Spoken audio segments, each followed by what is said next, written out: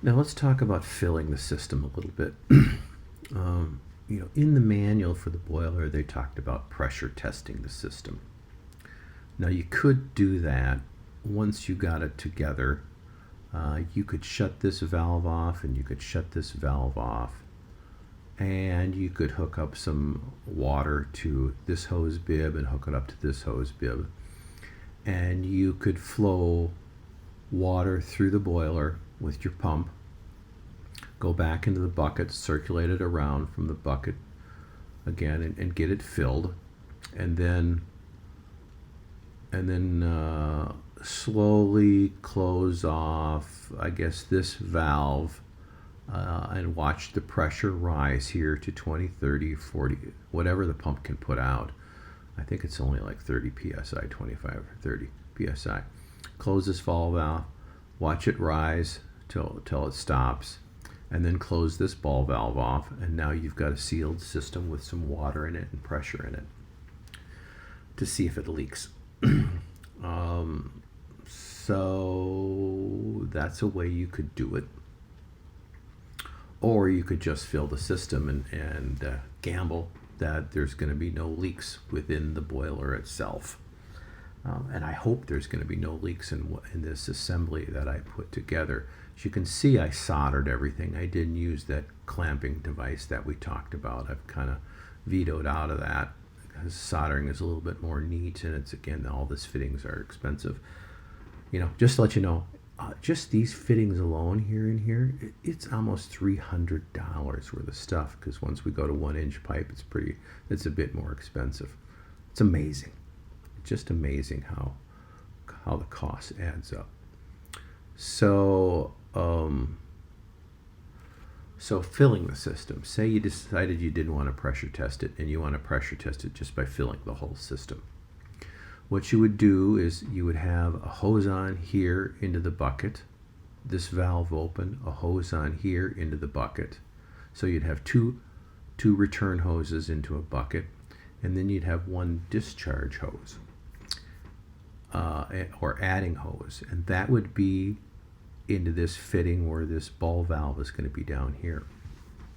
So you'd start pumping fluid, and it would go up a little bit into this piping, and then it would come over here and it would go up both pieces of pipe, the hose here, it would go up into the system, and then it would start coming out, those two hoses, back into the bucket.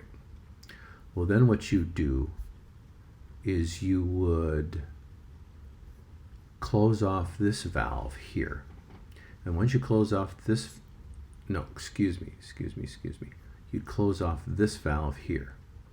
And once you close off this valve here, what's going to happen is the glycol is going to go up here all the way through the system, the boiler system itself, come back and just come out here.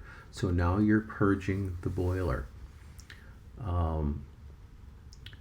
of any air.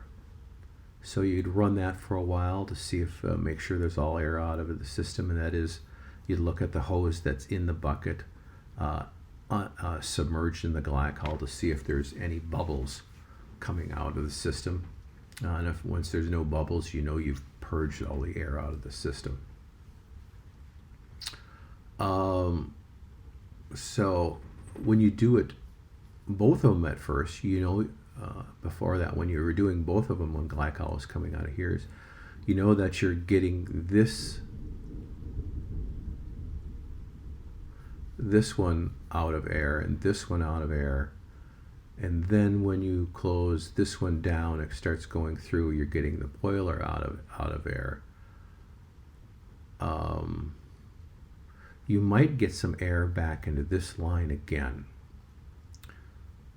So what you might want to do is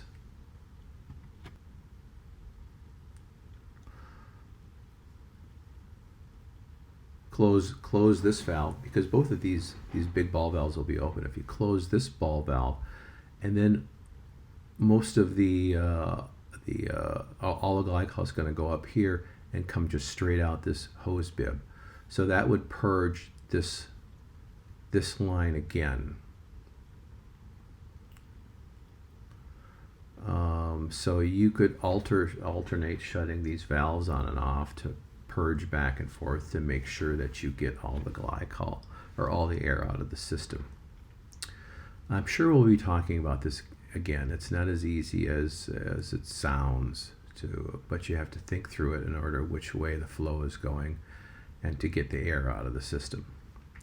The other thing that could be done once you've got that taken care of, and the pump is still running, and then once you close everything off, the pump would go up to that 25 or 30 psi of pressure, which would be fine. We've still got some air in this line right here.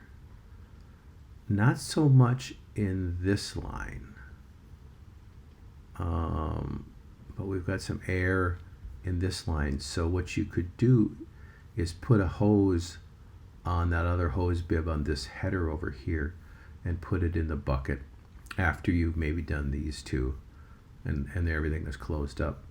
Put a hose on this one, go down to the bucket, and then open up this valve for a little while with a pump running and purge glycol through this line and back into the bucket. And that would have no effect on the lines going out into the zoning at all. And then close this valve back out. And you could also almost do it on this one too, is put a hose over here, or put a hose on the end of this.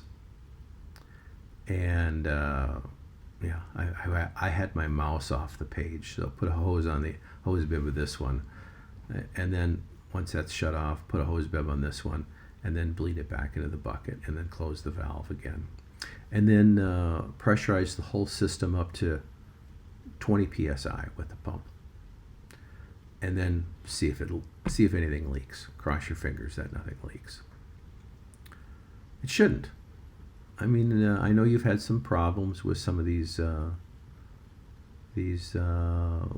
shark bite fittings. You know, some of it could be washer related.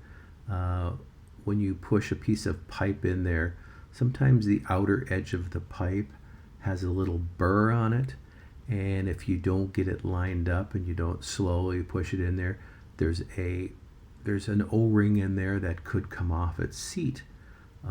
When you push it in, they actually recommend that you deburr the outer edge of this pipe once you cut it off, so it could smoothly go into these shark bite fittings. So that's filling it. I'm sure we'll talk about that again. That's going to be a little tricky, but that'll do it for now.